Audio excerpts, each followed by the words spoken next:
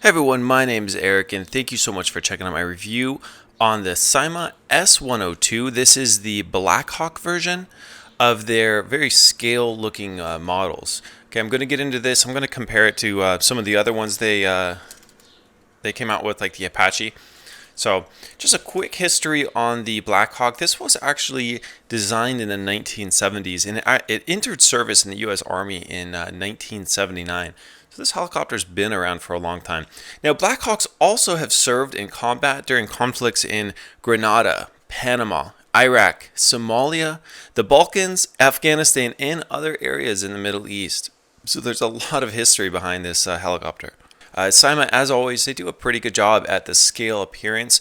Now, out of all of the other scale helicopters, this is probably one of the least detailed. If you compare that to like the Airwolf, has a lot of detail, has a lot of like little extra parts on it to make it scale appearance, and then the Apache is pretty amazing too. You got your missiles and your guns and all kinds of stuff. They all have the LED lights. Out of all of them, I think the Airwolf has the coolest lights on it. It has a light on the top and the bottom and the very front. There are two LEDs up front. They're not super bright, but you can see them right there.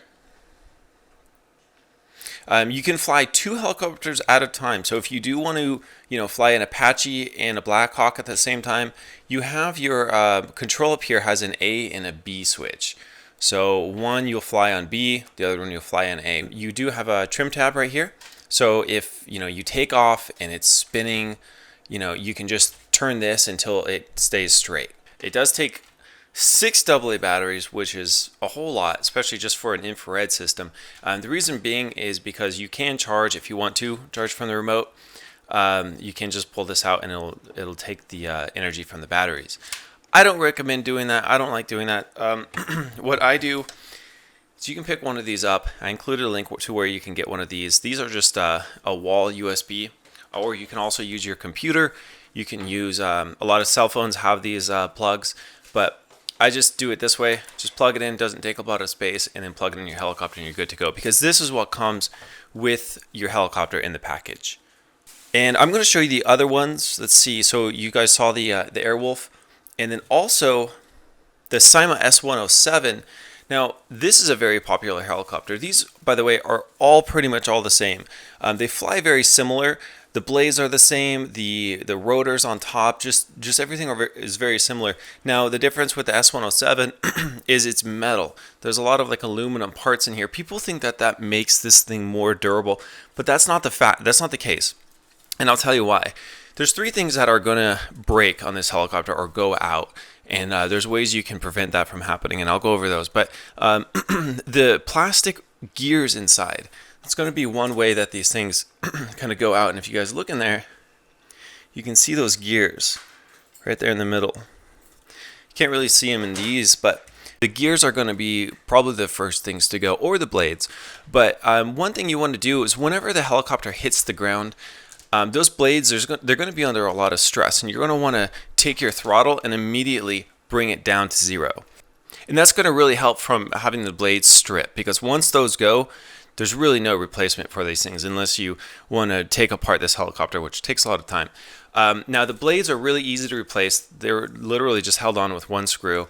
And the nice thing about all these blades on these helicopters is they fold. So when they hit something or hit you, they're going to fold, and they're not rigid, so it's not going to hurt as bad as some of the other helicopters out there. So just remember, when you guys see these plastic models, it doesn't mean that they're less sturdy and durable than like the S107. That's not the case at all. I actually think that these are a little bit more durable because they're lighter. The S107 does have some more weight to it.